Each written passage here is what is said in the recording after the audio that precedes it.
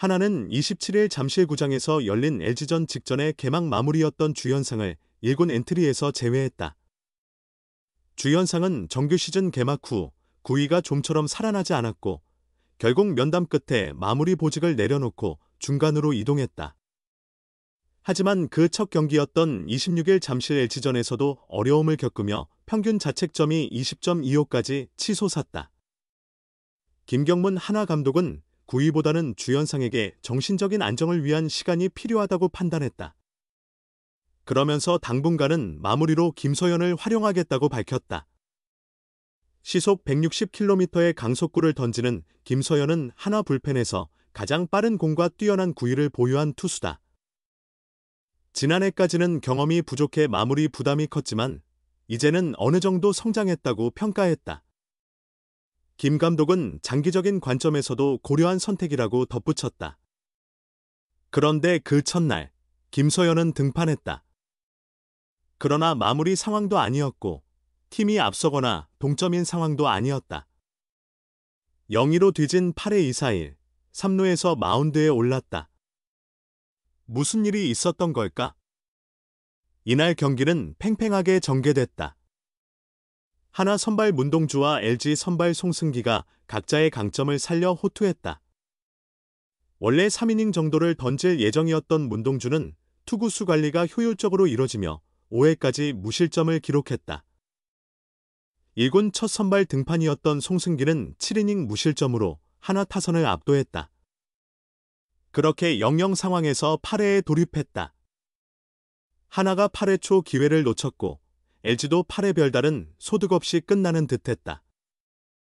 7회 등판의 8회에도 나온 한승혁이 홍창기와 송찬희를 잘 막아냈다. 그러나 2사 주자 없는 상황에서 오스틴에게 좌전 안타를 내줬고 이어 문보경과 7구 승부 끝에 우전 안타를 허용하며 2사1, 3루 위기에 몰렸다.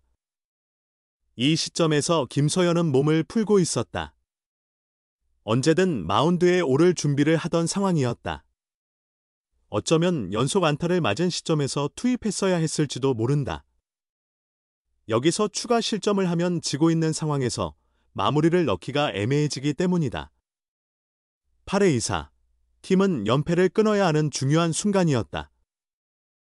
9회까지 1, 3분의 1이닝을 책임질 수도 있는 상황이었다. 실제로 그 가능성을 염두에 두고 몸을 풀었을 것으로 보인다. 하지만 한화 벤치는 움직이지 않았다.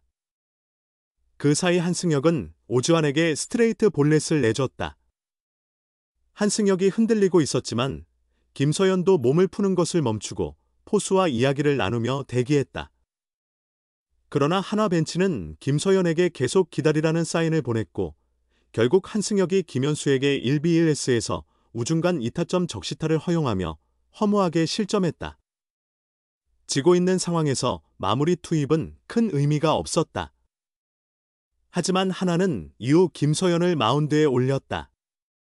김서현이 박동원을 유격수 땅볼로 처리하며 이닝을 마쳤지만 0-2로 뒤진 9회에서 끝내 2점을 만회하지 못하며 1-2로 패했다. 이미 몸을 풀게 했던 만큼 2사1, 3루나 2사 만루에서 등판시키는 것이 더 적절해 보였다. 오지환과 김현수가 좌타자라 부담이 됐을 수도 있지만 마무리는 좌우 타자를 가리지 않는다. 좌타자가 연이어 나온다고 피할 수는 없다. 김현수에게 지난해 2루타를 맞긴 했지만 사타수 1안타로 약한 상대는 아니었다. 그렇게 아쉬운 8회 승부처를 놓친 한화는 결국 4연패에 빠졌다. 프로야구 한화 이글스의 불펜이 흔들리고 있다. 단 3경기 만에 마무리 투수가 교체될 가능성이 커졌다. 한화는 26일 서울 잠실구장에서 열린 2025 큐브리그 LG와의 경기에서 0-4로 패배했다. 선발 엄상백은 4, 3분의 2이닝, 86구, 동안 6피안타 1피홈런 2볼넷 1사구 5탈 3진 2실점을 기록하며 5회를 채우지 못하고 마운드를 내려갔다. 3회 1사 1루에서 문성주에게 희생플라이를 허용했고 4회에는 문보경에게 솔로 홈런을 맞았다. 5회 말 2사 1루에서 이태양이 구원 등판했다. 그는 문보경을 볼넷으로 내보냈지만 오지환을 2루 땅볼로 처리하며 추가 실점을 막았다. 이태양은 6회 2타자를 잡은 뒤 교체됐다. 그런데 마운드에 오른 투수는 마무리 주연상이었다. 0-2로 뒤진 6회였고 마무리를 투입할 시점이 아니었기에 보직 변경 가능성이 제기됐다. 주연상은 박혜민에게 3루 방향 기습 번트 안타를 허용했다. 이어 3루수의 1루 악송구가 나오며 타자는 2루까지 진루했다. 2사 2루에서 신민재에게 중전 적시타를 맞아 실점했다. 홍창기를 볼넷으로 내보내며 위기가 이어졌고 결국 문성주에게 다시 한번 중전 적시타를 허용하며 점수는 0-4가 됐다. 오스틴을 좌익수 뜬공으로 잡아 이닝을 마쳤지만 기록은 3분의 1이닝 3피안타 1볼넷 2실점이었다. 주연상은 개막전 KT전부터 불안한 모습을 보였다. 한화가 4-2로 앞선 9회 말 등판했지만 선두타자 김상수에게 솔로 홈런을 맞으며 1점 차 승부가 됐다. 이어 강백호에게 안타를 내줘 무사 1루가 됐다. 로하스를 삼진 처리한 뒤 대주자 안치영이 2루 도루에 실패하며 2아웃을 만들었다. 허경민을 우익수 뜬공으로 잡아내며 가까스로 1점 차 승리를 지켰다. 23일 KT전에서도 좋지 않았다. 4-4 동점이던 연장 11회 말 1사 2루 위기에서 한승혁에 이어 등판했다.